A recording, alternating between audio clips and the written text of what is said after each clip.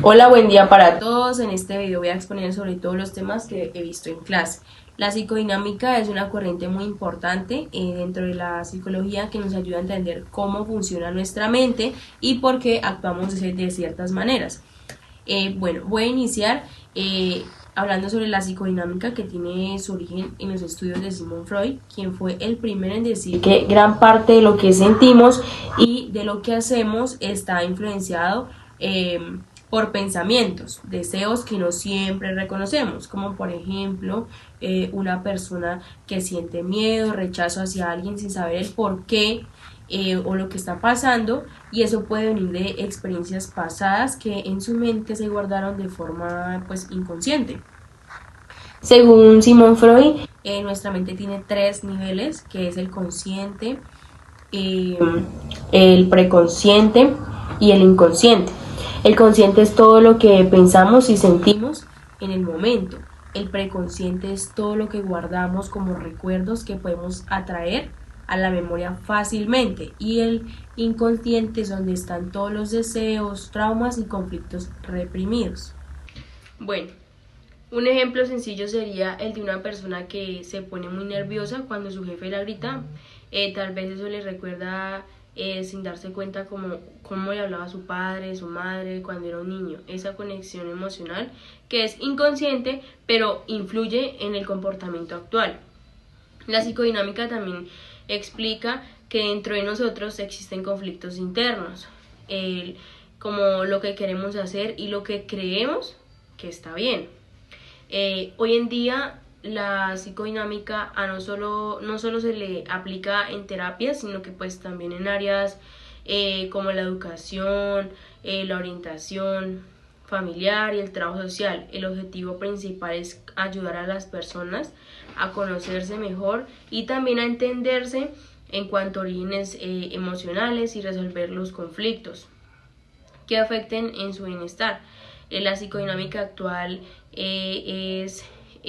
no solo se limita solo como al psicoanálisis tradicional, sino que también se conoce como la psicoterapia psicodinámica, una forma más breve y flexible de tratamiento en esa terapia. Esto también se centra como en reconocer patrones repetitivos de la conducta o relación, explora sentimientos reprimidos o negados, también mejora la autocomprensión y las relaciones interpersonales. También trabaja con la transferencia cuando el paciente proyecta sentimientos del pasado sobre el terapeuta. La psicodinámica moderna también combina elementos de neurociencia, en teorías de apego, psicología del desarrollo, que también ofrece como que una visión más completa del ser humano. Da también a la importancia de la psicología. En la psicología es que ha influido profundamente en la psicoterapia clínica al centrarse en la raíz emocional del conflicto. También en la educación, que ayuda a comprender el comportamiento infantil. En cuanto al arte y la cultura, también explica como la creatividad y los símbolos inconscientes. El diagnóstico psicológico inspirado en herramientas como las pruebas proyectivas, como por ejemplo el test de Rorschach o el TAT. Bueno, en conclusión, la psicodinámica nos enseña a conocer el inconsciente, que es clave para poder entender la conducta humana. Nos invita también a mirar más allá de los síntomas, a buscar como causas del malestar emocional. Su enfoque también sigue siendo uno de los más influyentes en la psicología moderna, porque también combina ciencias históricas, personales y emociones, también donde ofrece la comprensión integral del ser humano. Bueno, por otro lado voy a hablar sobre el psicoanálisis, que es una teoría, un método de investigación y una forma de terapia que busca comprender el funcionamiento de la mente humana, especialmente en aquellos procesos que ocurren en el inconsciente, donde Freud comenzó a desarrollar esta teoría alrededor del año 1896, cuando él descubrió que muchas enfermedades mentales no tenían una causa física, sino que estaban relacionadas con conflictos internos reprimidos. Por ejemplo, algunas personas sufrían parálisis o dolores sin razón médica, y aparentemente Freud había descubierto que estos síntomas eran una forma en que la mente expresaba emociones o traumas no resueltos. Hoy en día el psicoanálisis sigue siendo una corriente muy influyente y pues aunque han surgido nuevas teorías, su importancia radica en que nos enseñó a mirar más allá del comportamiento visible, entendiendo que las emociones, los deseos y traumas pasados influyen en cómo actuamos en el presente y demás. Bueno, en conclusión, el psicoanálisis es una herramienta poderosa que nos permite conocernos mejor y descubrir lo que ocultamos en nuestro inconsciente y comprender la complejidad de nuestra mente. Bueno, voy a hablar sobre algunos autores importantes como lo fue Sigmund Freud. Freud fue el fundador del psicoanálisis y el creador del pensamiento psicodinámico. Él propuso que el comportamiento humano está determinado por fuerzas inconscientes, especialmente en los deseos reprimidos como los conflictos internos y las experiencias de la infancia. Él también desarrolló 3 modelos fundamentales, que fue el modelo topográfico de la mente, que está dividida en el consciente, en el preconsciente y en el inconsciente. El modelo estructural formado por el ello, que son los impulsos, el yo, que es la razón, y el superyo, que es la moral. El modelo psicosexual, que explica cómo la personalidad se forma a través de etapas ligadas al placer. Por ejemplo, Freud también decía que una persona demasiado ordenada o controlada podía tener un conflicto no resuelto en su etapa, relacionada con el control y la disciplina. El segundo es Carl Gustav Jung. Fue uno de los discípulos más cercanos de Freud, ya que él luego se separó de él porque creó la psicología analítica, donde introdujo el concepto del inconsciente colectivo, una parte profunda de la mente compartida por toda la humanidad, llena de arquetipos o símbolos universales, como la madre, el sabio, la sombra o el héroe. Como por ejemplo en casi todas las películas o mitos aparece el héroe que lucha contra el mal. Eso representa el proceso interior que todos vivimos para conocernos a nosotros mismos. Jung también hablaba del proceso de individuación, que es el camino hacia la integración de todas las partes de la personalidad para alcanzar la plenitud y el equilibrio emocional. Alfred Adler fundó la psicología individual y fue otro importante discípulo de Freud, ya que pues mientras Freud se concentraba en los impulsos sexuales y agresivos, Adler puso el énfasis en la superación personal y el sentido de pertenencia social. Él introdujo el concepto de complejo de inferioridad, que surge cuando una persona se siente menos capaz o valiosa y también trata como de compensarlo, esforzándose más en buscando el poder. Como por ejemplo una persona que fue humillada de niño, que pudo volverse pues muy competitiva o perfeccionista en su vida adulta para demostrar su valor. Adler también decía que la mente del ser humano es lograda por la superioridad personal, pero pues también es una forma saludable, ayudando y cooperando con los demás. Melanie Klein fue una de las fundadoras del psicoanálisis infantil. Ella estudió cómo los niños expresan sus emociones a través de juegos, como se conoce como la terapia del juego, y también como desde muy temprana edad ya aparecen los vínculos de amor y agresión.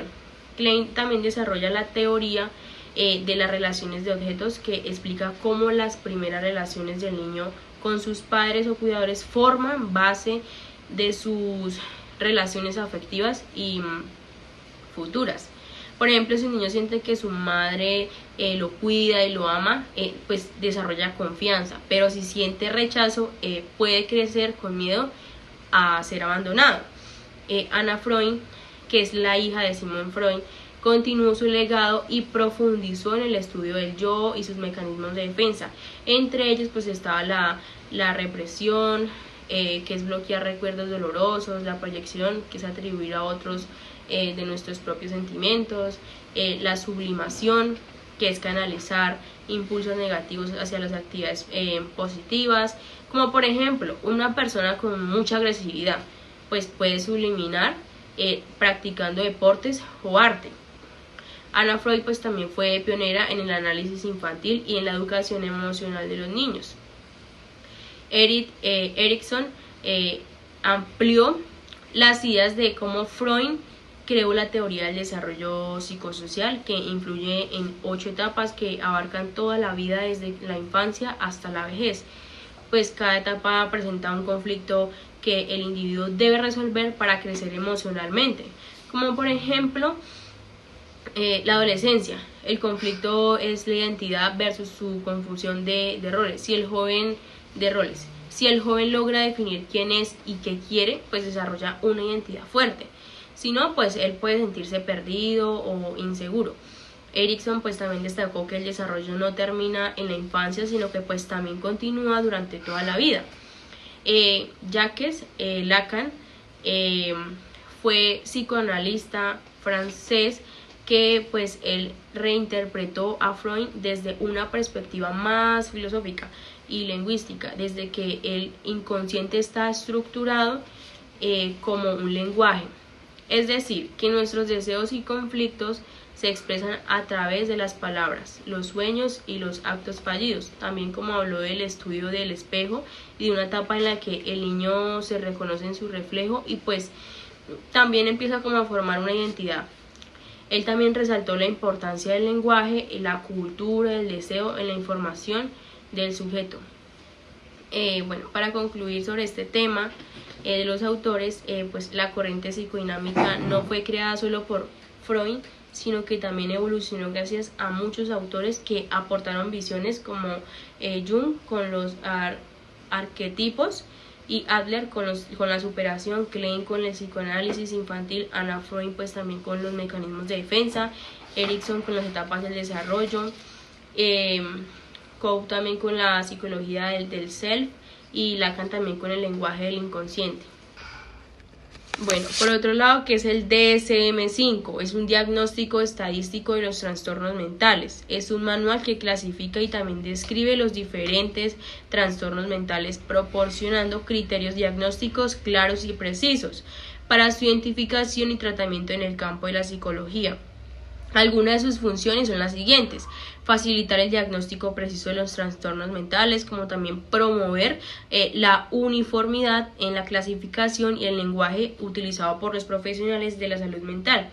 También mejora la comunicación entre profesionales de la salud mental, también sirve como herramienta de referencia para la investigación en cuanto al avance en la salud mental. Las técnicas de intervención en la psicodinámica.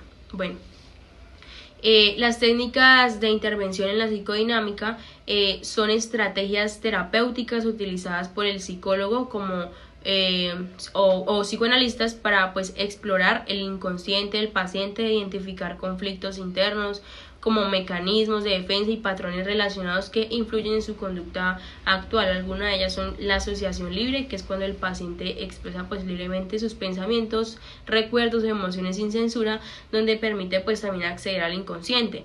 La segunda es la interpretación, que es el terapeuta analiza el significado oculto detrás de las palabras, sueños o conductas del paciente. La tercera es el análisis de transferencia, donde explora cómo los sentimientos hacia figuras del pasado proyectan sobre los terapeutas, permitiendo comprender patrones relacionales. El análisis de la resistencia se identifica como las defensas de bloqueos del paciente para evitar el acceso a contenidos inconscientes. La última es la confrontación y la clarificación, donde el terapeuta confronta suavemente contradicciones o comportamientos del paciente, ayudándolo a ver aspectos que no reconoce. Por otro lado, ¿qué son los mecanismos de defensa? En la psicodinamia, los mecanismos de defensa son estrategias psicológicas inconscientes donde se utiliza el yo para protegerse de la ansiedad, el miedo, la culpa o los conflictos internos que surgen cuando los deseos chocan con las normas del super yo o con la realidad. Una de ellas es la represión, donde expulsa la inconsciencia o pensamientos de recuerdos dolorosos. La segunda es la proyección, donde atribuye sentimientos propios inaceptables, o la negación, donde rechaza la realidad de hechos donde generan angustia. racionalización, también justificar conductas o pensamientos con razones lógicas falsas. La regresión también es volver a comportamientos de etapas anteriores del desarrollo frente a estrés. Gracias.